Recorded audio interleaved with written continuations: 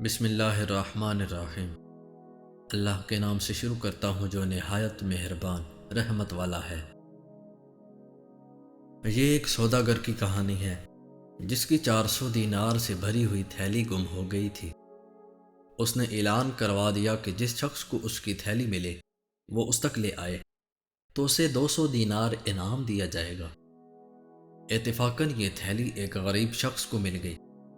وہ اسے لے کر مالک کے پاس انعام کی امید میں پہنچ گیا، لیکن سوداگر نے جب اپنی گمشدہ تھیلی کو پایا تو اس کے دل میں 200 دینار کے خسارے کا خیال آ گیا۔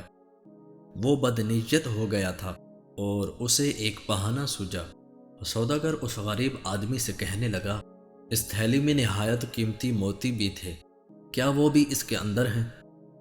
وہ آدمی بڑا گھبرایا اور سمجھ گیا کہ اب دھوکہ کر رہا ہے اور انعام نہ دینے کے لیے جھوٹ بولنے لگا ہے۔ اب ان دونوں میں جھگڑا شروع ہو گیا۔ آخر یہ دونوں لڑتے ہوئے فیصلے کے لیے قاضی کے پاس پہنچے۔ قاضی نے اس غریب آدمی سے موتیوں کے بارے میں پوچھا۔ وہ قسم کھا کر کہنے لگا کہ تھیلی میں دیناروں کے سوا اور کوئی چیز نہیں ملی۔ اب قاضی نے سوداگر سے پوچھا کہ بتاؤ وہ موتی کیسے تھے؟ سوداگر نے الٹی سیدھی باتیں کہیں اور کچھ صحیح نہ بتا سکا۔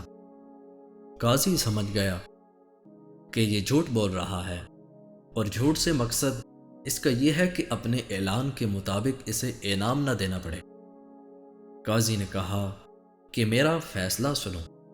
اے سوداگر، تمہارا دعویٰ ہے کہ تمہاری تھیلی گم ہو گئی جس میں دینار تھے اور موتی بھی تھے، اور یہ آدمی جو تھیلی لایا ہے اس میں کوئی موتی نہیں ہے، لہٰذا میں اس نتیجے پر پہنچا ہوں کہ یہ تھیلی تمہاری ہے ہی نہیں۔ تم اپنی گمشدہ تھیلی کے لیے دوبارہ اعلان کرواؤ۔ ممکن ہے کہ تمہاری گمشدہ تھیلی تمہیں مل جائے جس میں وہ موتی بھی موجود ہوں اور تم بامراد بن جاؤ۔ یہ تھیلی تمہاری نہیں ہے۔ اب قاضی نے اس غریب آدمی سے مخاطب ہو کر کہا، یہ تھیلی 40 روز تک احتیاط سے رکھو، اگر اس کا کوئی دوسرا دعوے دار نہ ہو تو یہ تمہاری ہے۔ قاضی کا فیصلہ سن کر سوداگر کا دل بجھ گیا، مگر وہ کیا کر سکتا تھا؟ دل میں آئے جھوٹ نے اسے یہ دن دکھایا تھا۔ وہ بری طرح پچھتایا اور وہ غریب شخص خوشی خوشی 400 دیناروں والی تھیلی لے کر اپنے گھر کو روانہ ہو گیا۔ اسے یقین تھا کہ اس کا کوئی دعوے دار نہیں آئے گا اور اب وہی اس رقم کا مالک ہے۔